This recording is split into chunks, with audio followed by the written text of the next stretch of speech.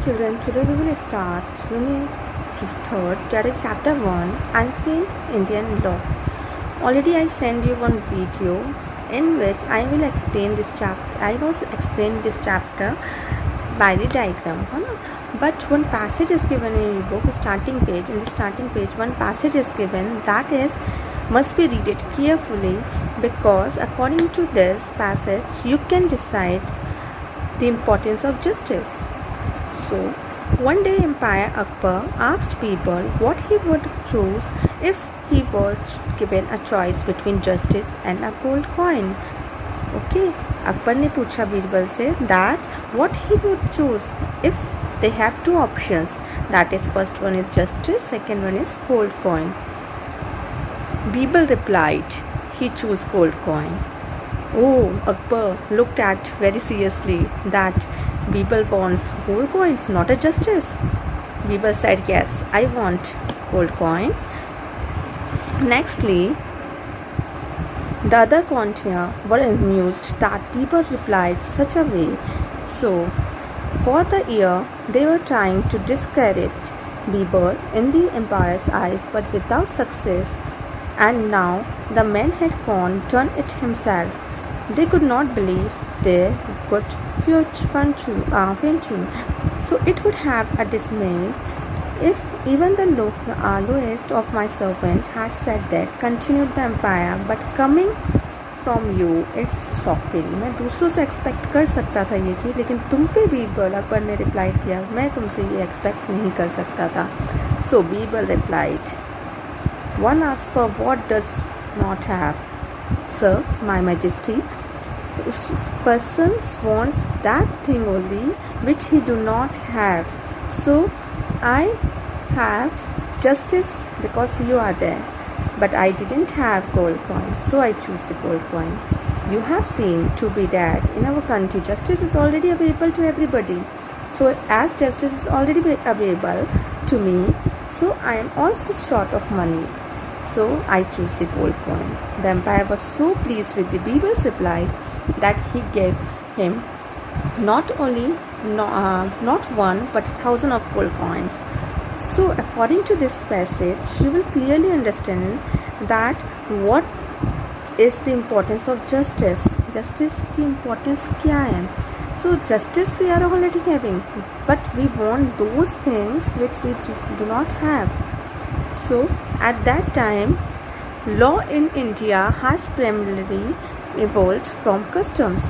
Law जो था वो custom से आता था, and their religions, how their religions are working. Accordingly, law will be set it out. To the current and constitutional legal system we have today, thereby transferring through secular legal system and the common law. This chapter deals with the ancient Indian law. So in the ancient Indian law, India has recorded legal history starting from the Vedic age.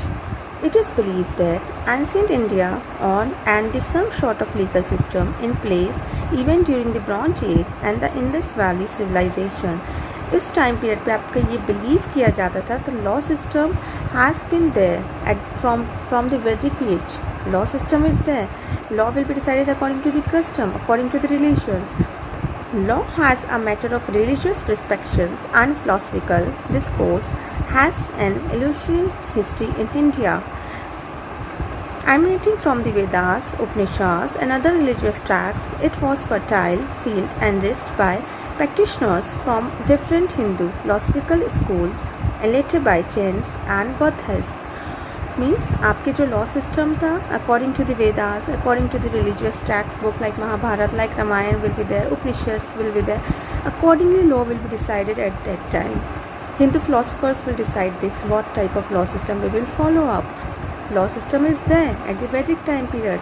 Secular law means religious-based law, varied widely from but reason to reason. This is a very much creating the problem that reason to reason law will be differ, ruler to ruler law will be differ, not a universal law will be there. Court system for civil and criminal matters were essential feature for ruling dynasty of ancient India. Excellent secular court system existed under the Mughals, which preceded the current scheme of common law in India.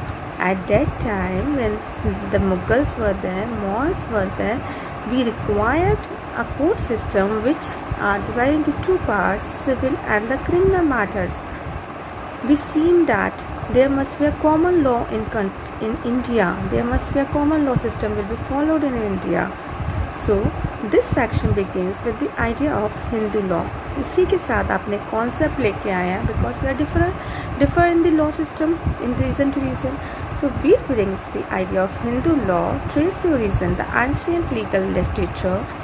The section also describes the evolution of Hindu law during the British rule as well as the modern time. To conceptualize ancient Indian law in relation with the modern India law means आपने law system को कहाँ से originate किया था, कहाँ से आपने उसको compare किया, then you are comparing the old ancient Indian law from the modern Hindu law. The Islamic law became the relevant in India only during the medieval period. There will be a calling Islamic law also at the time of medieval period. जब हम बीच की period में थे. They were following the Mughal Empire rules and regulation. Since the focus of this section in the ancient Indian law, a brief subsection has been provided in this para.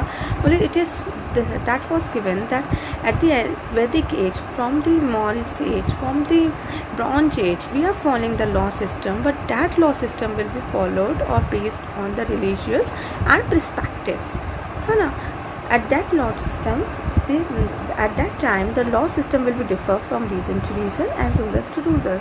So we want a common law system. To have a common law system, we adopt a Hindu law system which are there still now. Family law is divided into two parts, Hindu law and the Muslim law. So and we are also following sometimes Islamic law system at the medieval period. Okay, the main topic will be from the next topic.